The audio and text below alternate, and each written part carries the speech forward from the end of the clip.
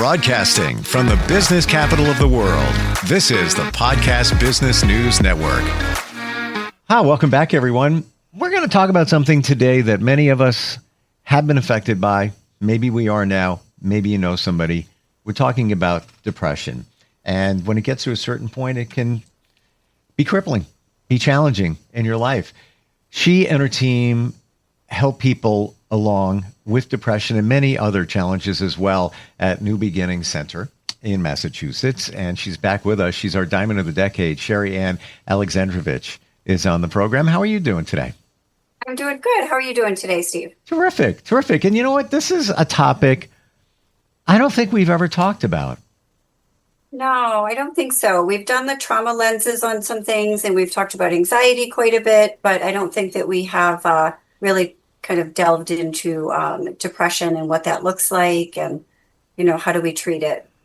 So I want to share something with you that I heard from someone, and I'm wondering about your thoughts. They said, You're not suffering from depression, and it could be even the same with anxiety, unless you're absolutely feeling it. It might be up in your head, like, I'm depressed, I'm bummed, however you want to phrase it. But unless you're truly feeling it within, like, I can't get out of bed, I'm just like dragging, then you're not truly depressed. What are your thoughts? So depression can show itself in many different forms, depending on the age group that we're talking about. So for adults, typically, depression can show itself in a variety of different symptoms. You're talking about the somatic stuff is what it sounds like, the stuff that it's in the body. Like if you're feeling fatigued or you've got a stomach ache or you've got some sort of physical reaction. But depression also can affect, people can have low-grade depression. People can have adjustment disorders, which is our situational types of depression. There are people who function really well throughout the day, but also have a depressive feature inside. If we think about Robin Williams was suffering from depression, and he was a well-known comedian and ended up, committing suicide. And a lot of people didn't know that. So if you think about the people in society or people that even we have known that know of or know personally, that we would have never thought that they were depressed. So people can be silently suffering from depression and not have any outward signs that would be indicators, which is why it's so important for us to really be in tune with our kids, especially our teenagers, to make sure that we know what's going on with them all the time, because they may be feeling, some sort of way inside and we're not aware of it. And so if they're suffering in silence, it would be really hard for us to kind of get involved with that. Sure. Does that answer your question? Okay. Yeah, I think that people have this misconception that, we're going to know when somebody's depressed. It's going to be a really outward sign or it's going to be something that's really obvious, but that varies for everybody. And there are some people who could be just as depressed as the individuals who can't get out of bed, but they're functioning. They're able to go to work. They're able to take care of their kids. It's when they go to bed at night or when they're having their alone time that they're really kind of ruminating about, their life events or the things that are going on for them that cause them to have depression. How do you know personally if you are experiencing it? Life is, a series of ups and downs. How would you know, that you need to take the next step, maybe seek therapy, counseling? How would you know? So I think that the biggest telltale sign is, we all know our own bodies individually. If we know that we're suffering with something or we're having a really hard time getting past or getting over something, I think that that's always the first time for us to want to seek out support systems. And if our support systems aren't where, aren't able to give us the feedback that we want, then we should sign up for therapy, because sometimes even our support systems, depending on the severity of what the event is, would really determine whether or not it's a situational type of depression, it's an adjustment type of depression. We've just relocated. Not all variations of depression mean that we need medication or mean that we're suicidal or mean that we're self-harming. However, if everybody internalizes it, and everybody's resiliency and coping skills are different. So, we've talked a little bit about the trauma lens, and that how everybody's perceptions are just a little bit different. Well, the same thing happens with depression as well, that everybody's handling it differently. It doesn't mean that one person's suffering any less than the other person. They just may have better coping skills on the outside. What's the first step when you work with somebody? So the first thing that I do when I do an intake with my clients, after all the paperwork and the releases and the consents are formed, I do screenings. So I do a symptom checklist, which is a pretty global symptom checklist. And I created that probably about 12 years ago, just based on symptoms that were ones that seem to come up a lot. So I created this symptom checklist, and I go through that with my clients when I'm sitting down.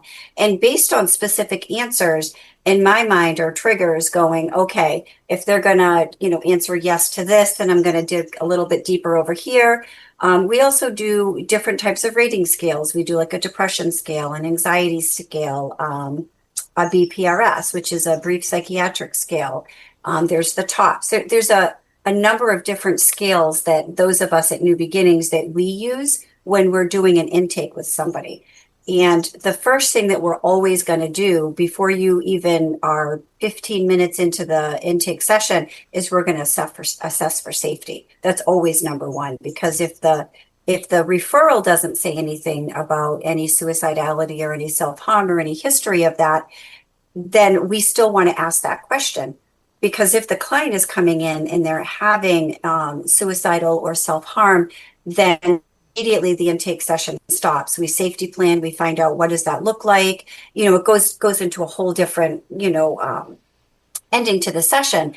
But say there isn't any safety concerns or any self-harm, then we're going to continue to do the assessment and find out, on a scale of 1 to 10, how are you feeling? Do you ever feel hopeless? Do you ever feel helpless? So because not a lot of people know what the word depression really means or anxiety really means. And so sometimes they may say, you know what, no, I'm not depressed. I don't want that label. But sometimes I just feel like, when is enough? Like, my God, like, why am I continuing to repeat these patterns? Or why is it so hard for me to get out of bed and I feel sluggish, or I'm not hungry? And, we will ask questions like, have you lost, any weight, 10 pounds or more in the last 3 to 4 weeks? Any reduction in socialization? Any appetite changes? Those are all things that we want to be asking the question of, because those are all symptoms of depression. And so that's kind of what we assess in our initial intake when we're meeting with the client, just to kind of feel out where they're at and what do they want to work on, what are their goals, and where are we going to head from there. And that's when we'll establish our treatment plan and kind of like shape what coping skills from there that we're going to move forward teaching. Now, what if somebody had a life change situation, and they're going, I don't want to say just going through, but they're going through a rough patch. Could that be a temporary depressive state at that point? Absolutely. So there's situational depression, and that's kind of what you're referring to. And there's also, it's called an adjustment disorder. And we can keep that diagnosis for a client for about 6 months. And that's typically aimed towards an individual that is going through some sort of life change, whatever that is, a divorce, they've lost their house, they've had to move to a different state, even a job change. For our kiddos, it could be foster care, it could be reunification back home, it could be just taken away from the home, it could be a medical issue, it could be being diagnosed with something or a family member being diagnosed. So there's absolutely situational depression that comes up. And that's a little bit different in how we treat it, because we know that the event is not something that's going to be long term. So kind of how we triage that is a little bit different than if it is a long-term depressive episode or event or situation. Can you help anybody anywhere with this, even virtually? Yeah, so we don't do virtual for under the age of 12, and that's by design because it's just really difficult to engage the kiddos under the age of 12. Hmm. There are some exceptions to that, but for the most part, since COVID has ended, I make it a rule at New Beginnings that we don't see anybody under the age of 12 via Zoom, just because it's too difficult to engage them. And I think that the face-to-face is just really important. But we do offer teletherapy, and I have 4 or 5 clinicians that don't ever come in the office. That's all that they do is telehealth all day. And I'm not saying it's not effective. I mean, I see my therapist telehealth. It's I think it's a convenient world right now that we can do that. I want you to repeat what you just said. This is what you do, and I'm not saying for depression, I'm just saying in general, Yeah. you speak with a therapist. Absolutely. Absolutely. I love my therapist. I see her every single week, Thursdays at 12 o'clock. Wow. I mean, there is no shame in seeking help. And I've been pretty transparent, I think, in all of our podcasts, just about, my history and some of my own trauma and my own challenges. And, every stage that we get at in our life, we handle something differently. So even if you process something at the age of 15, when you're 20 or you're 25 and life circumstances change, or you have children, or you lose a job, or there's some triggering event that is tied to something that you've experienced before, we kind of almost like get re-traumatized into that. So even though we think, oh, we might have processed this at this age, as we're getting older and we have kids, then that is a whole different entity of things that we're going to, deal with, because now we're a first-time parent or a first-time mom or a first-time dad, and we might not have the skills to handle that. Or, the child is born out of an unfortunate circumstance, and now we have to deal with that. So I think that at every stage of our life, we re-experience something in a different way. And sometimes we just need help talking through that, or, looking at it from different lenses. If your parent died at a certain age and then you hit that age, you're going to start to feel some sort of way. You don't understand why, because, there's a trigger for you. And I did. You're right. Okay, yeah. You're right. My dad passed when I was 21 suddenly. And when I came up to the age he was a few years ago, I was anticipating it. It's like, well, I'm getting close to that age. We'll see how that goes. It brought me back to when he passed. I have a great relationship with him, which, he could be even more challenging, things unresolved, etc. Would you say that the majority of what we're dealing with does go back to childhood? And to your point here, that as life changes, this stuff comes up again. And I've often heard too that if you've gone through some things in childhood, say 0 to 7, that your subconscious is always looking for evidence to back it up. Yeah. So now you go through life Yeah, change. our subconscious is looking for evidence all the time. Yeah. I mean, and the more anxious of an individual that we are, the stronger our subconscious is looking for evidence to support. Especially like last week, we did the anxiety cycle, and how when we have that somatic symptom happening, that's evidence to our brain that now, oh, we must be having a heart attack because I'm feeling the heart palpitations, and then kind of round and round and round it cycles. A similar thing happens with depression as well, because when we get this perception of evidence, we can do one of two things with it. And one of the coping skills that we'll teach in therapy is to kind of take that pause, right? Investigate it. Be curious. It's okay to have that experience. It's okay to feel overwhelmed. It's okay to cry and give yourself that moment, and then take that next step, right? You take the breath, you take the pause, and then you think a little bit into, how real is this situation? Is this something that I've experienced in the past?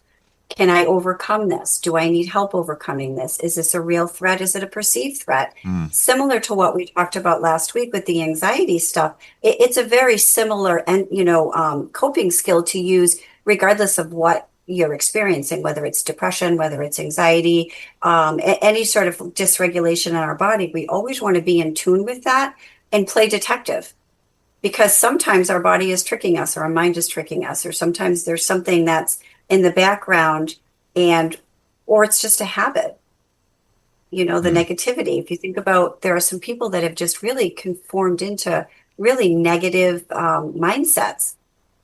Yeah. And so it's helping to reframe that and kind of turn that into, well, is it really all that negative? Or how can we look at it from a different perspective? Or I'll give examples of ways that we can kind of alter that. It's like, we call it cognitive restructuring. So altering what it is that we're perceiving and how it's coming back out, because we get to choose that every day. That's the absolute wonderful thing about our minds, is that regardless of what we're experiencing, we have that ability every single day to change the outcome.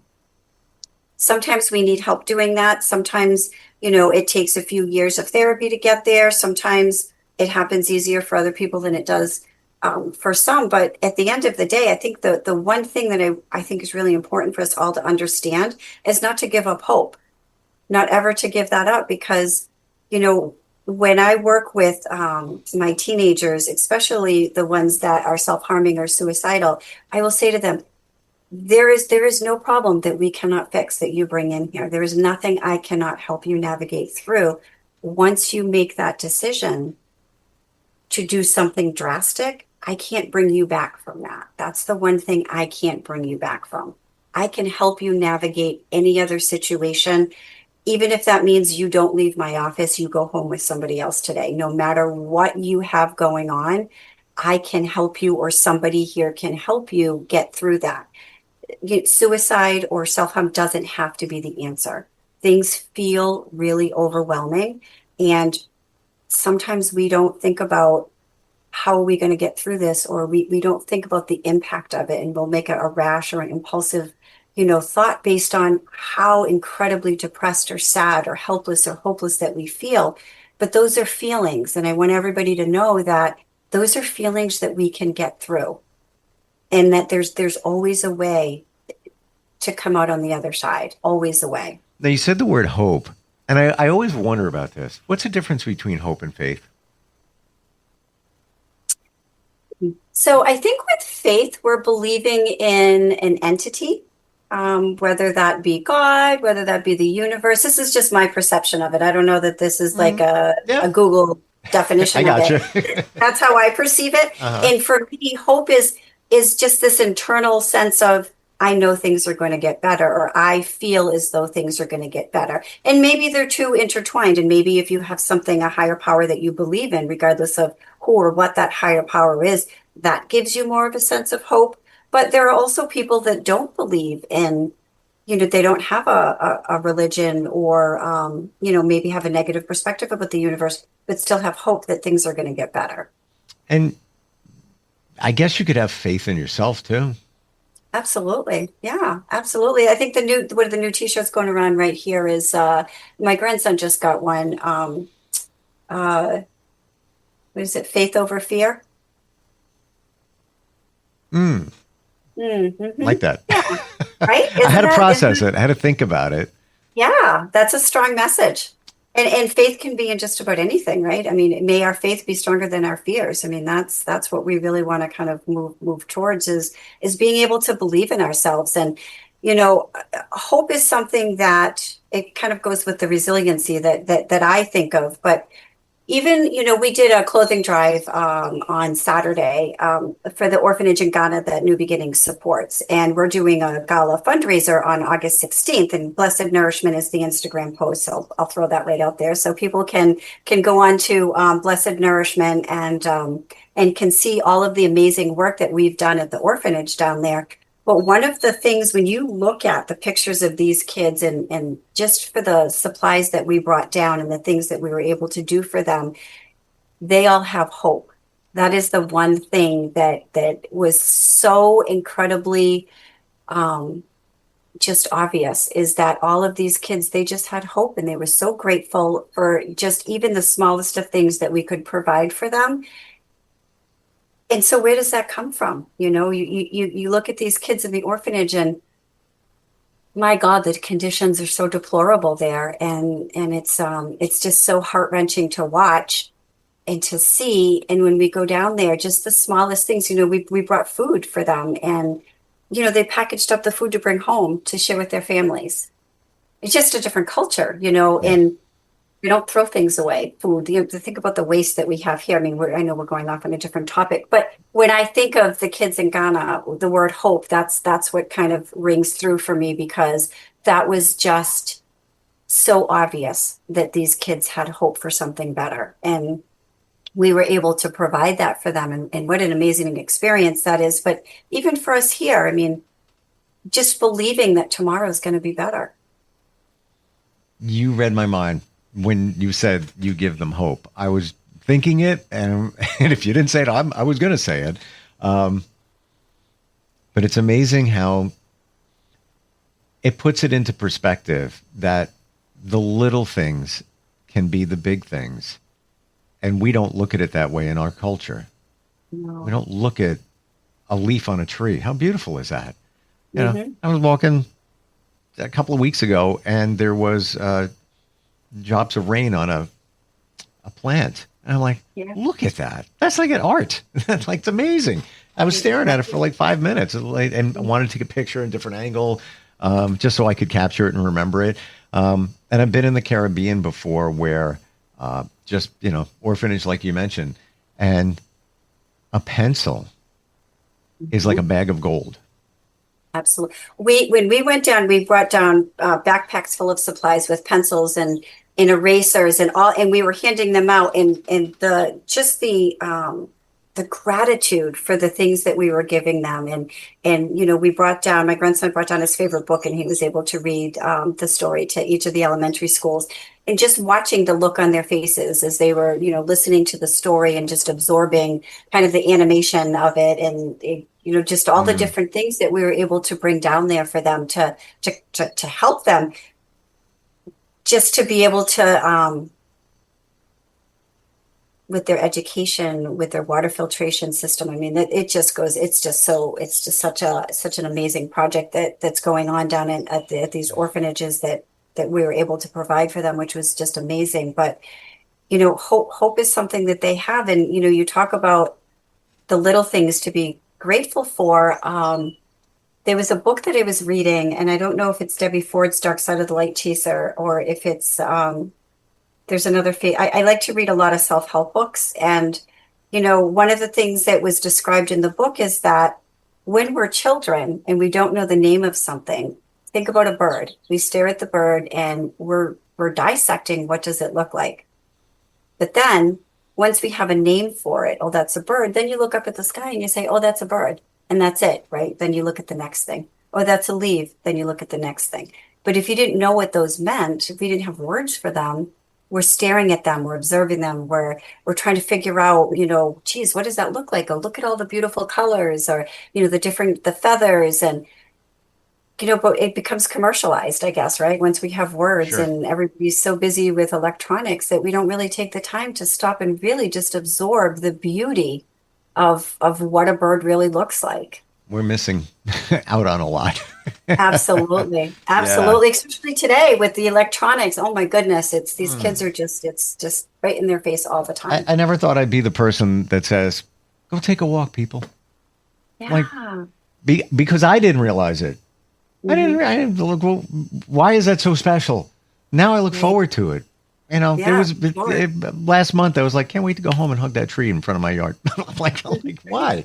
Because it feels good, grounding, but you don't know it until you realize it, or you realize that what's important.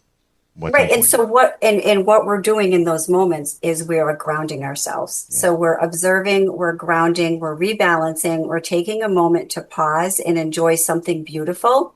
And just that small event right there, that just what you are just describing, is enough to reset and rebalance. And that in itself is a coping skill that I teach in my therapy session, and that's called mindfulness. So being present in the moment and absorbing what's around you and bringing in all the positive and exhaling out all of the negative, that in itself is an amazing coping skill to help with depression. And just sometimes we don't see what's right in front of us and the beauty of it, or the hope that could be presented in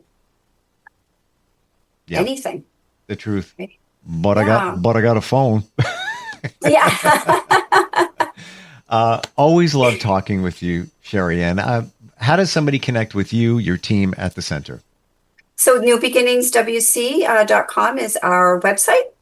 We have a Facebook page, New Beginnings Wellness Center as well. And we've been recently trying to post a lot of our events up on our Facebook page as well, like the clothing drive. We have the gala that's coming up there. When we went to Ghana last year, the pictures of everything that we were able to do down there is up there. And any upcoming events we try to post on our Facebook page, just to try to include the community and let everybody know kind of what's going on and how much just a little bit can go, especially in Ghana, right? I mean, what we're able to this year, we're building new bathrooms, a boys' bathroom, a girls' bathroom. We're bringing down bunk beds, and just all of those. Just any little bit can help. So if everybody wants to check out the Facebook page or the Instagram for Blessed Nourishment, and for my Massachusetts people, come on to the gala. It's going to be August 16th, and everything is going to go towards the rebuilding of this one particular orphanage that we're working with. Amazing. I feel like I'm there through you and your passion. Like I feel it, and it's wonderful. And I'll definitely check out. Thank you. Facebook. And just want to put a little shout out to my staff before we end. Is that we got Best Behavioral Health Clinic in Worcester for now 9 years running. So wow. Congratulations. Right? And how amazing is that? There's a reason for that. And I like to say I'm not surprised, but, but congratulations. Wow, that's awesome. Thanks. Yeah, I was really excited when we got that email today. And I just want to put a shout out to all the staff because they work so hard and they're so deserving of this. And, I couldn't be any prouder of my New Beginnings family. They are just absolutely amazing, the work that they do. I mean, I think we have the best clinicians ever, but as they say, it starts at the top. Yeah. And you're thank you. Well deserved. Thank you so much, Sherri, and we'll talk soon. You. Okay. Okay. Sounds good. Thank you very much. Thank you. We'll be right back. Broadcasting from the business capital of the world, this is the Podcast Business News Network. Adopt US Kids presents Multiple Choice Parenting. Your daughter just had her first breakup. Do you A, put yourself in her shoes? How could he do this to you? And for Sheila, she has split ends. B, console her. Oh, sweetie, this is going to happen a lot. 4, maybe 5 more times before you get married. C, take charge. Got to get this all straightened out. Give a little talking to, man to man, mano a mano. Hey, Steve! Is now a good time? No? Okay, no problem. Bye. Or D, help her find a new boyfriend. I know a great place to meet boys. The internet. Nice, single boys. Never mind. How about some ice cream? As a parent, there are no perfect answers. But you don't have to be perfect to be a perfect parent. Thousands of teens in foster care will love you just the same. For more information on how you can adopt, visit adoptuskids.org. A public service announcement from the U.S. Department of Health and Human Services, Adopt U.S. Kids, and the Ad Council.